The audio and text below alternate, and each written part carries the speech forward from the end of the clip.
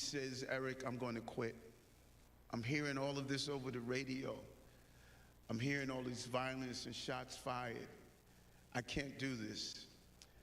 I'm not going to be able to carry this out. All his life, he wanted to be a police officer. And within a few days, he was going to quit.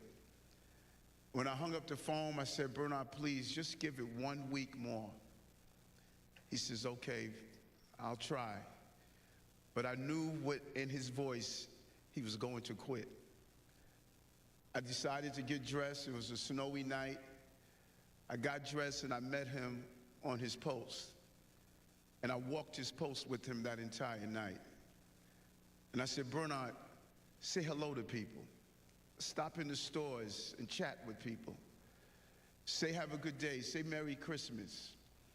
And he did it over and over again throughout that night. And all of a sudden he realized that what he was hearing on the radio was not what this city was about.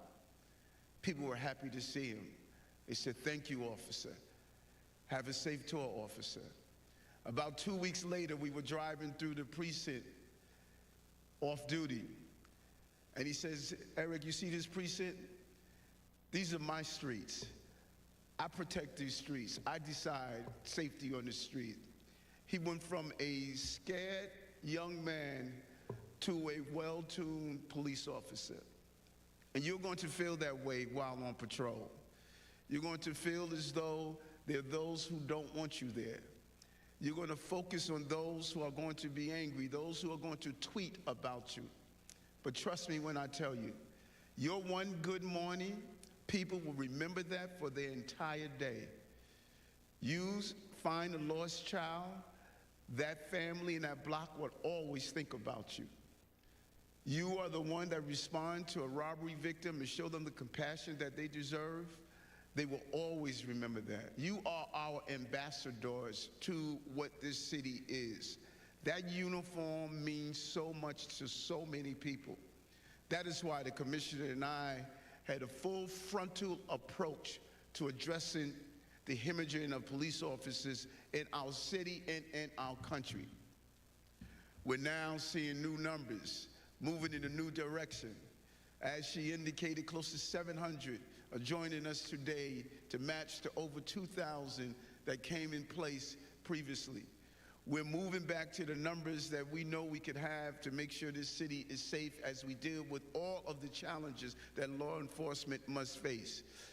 You don't have the luxury to determine who's the president or who's the mayor or who's the governor.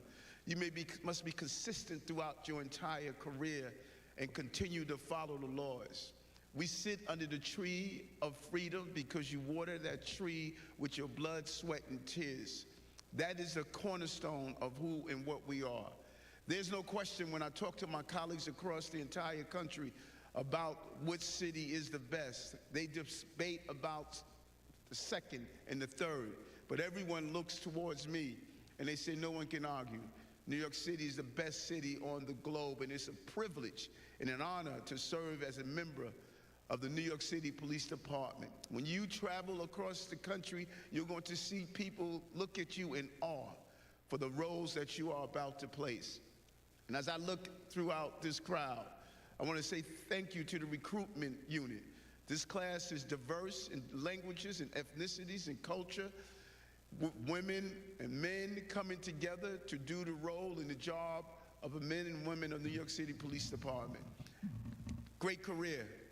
You look at someone like Tanya Casella, who's the first deputy commissioner, second woman to hold that role. Or look at Commissioner Tisch, second woman police commissioner in the history of the department, and the first Jewish woman to be police commissioner, putting her own title on this. So those of you who are sitting here right now, you can fill these roles. Chief John Schell and his story, and all of the others that are sitting here on this dais. I never thought in my life in 1984 when I raised my right hand and took it off the office that one day I would be responsible and in charge of the entire administration in this city. But what I learned as a police officer prepared me for who I am today. So don't take this training for granted. Don't just go through the motion. Meet new friends and colleagues. One of you would be sitting on the porch of Gracie Mansion, smoking a cigar, drinking a glass of cognac, talking to one of the people you met today. And enjoy the job. Have fun. Laugh. Tease and joke. Meet people. Interact. Become the ambassadors. Here, you sit here today and you're in this rigid, stiff environment with yes, sir, yes, ma'am, yes, sir, but that's not in the streets. Enjoy being a police officer. We're going to continue to force to increase our numbers. This is what we're going to do. In February, as the commissioner indicated, we announced new standards, put in place to recruit additional officers, including looking at the college credit requirement. You're now getting a new increased number of college credits. Go get your degree at night or during the day if need be. Take advantage of these college credits. And with the simple changes that we've made, we changed the game, bolstering recruitment by expanding eligibility and modernizing entrance requirements. Huge change to get the results we're looking for, and they're extremely impressive. Increasing our output by over 45%, from an average of 56 applicants to 81 applicants per day.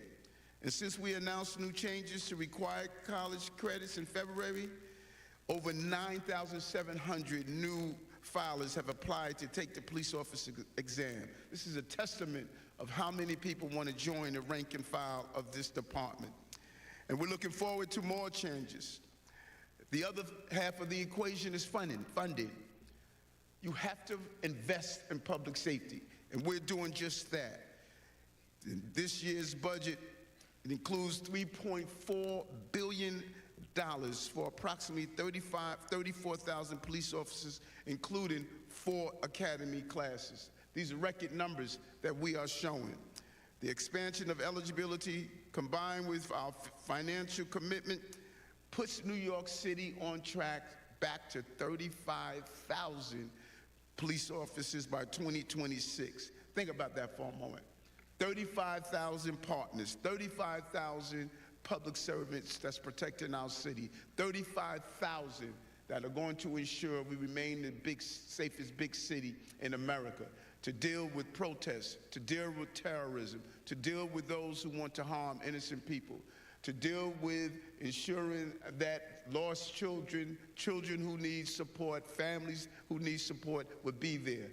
35,000. And you are among them. We got a deep bench, and we're looking forward to delivering the championship to this city of public safety. Thank you, and congratulations to you all.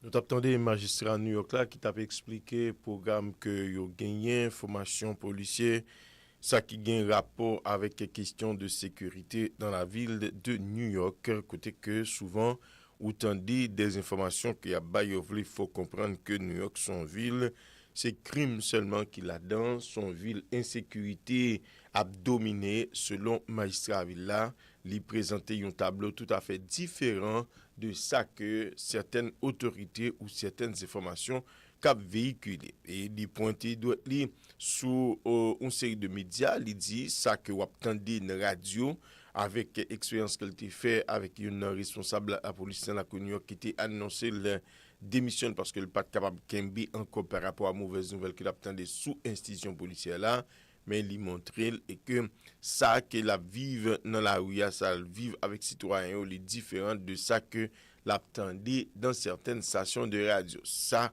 qui pas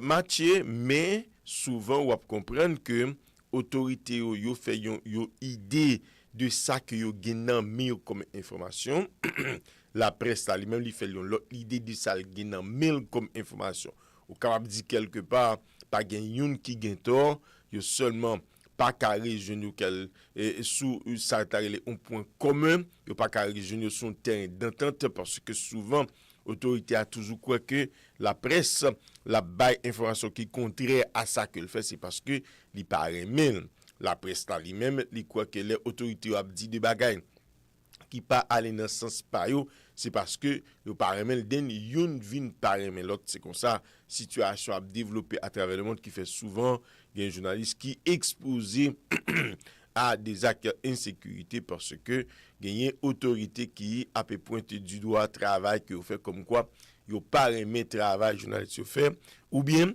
journaliste yo a bay menti dans information que y a ba ou bon chez Pstars Radio-Télévision restez avec nous parce que my goodness restez avec nous t'a dit non titan encore supposé aller dans Caille Blanche sans côté que chef l'État américain supposé gagner yon rencontre avec cabinet et on connaît ces derniers temps les rencontres ça fait ou gain possibilité pour suivre un petit cas là-dedans restez avec nous sur les soirs.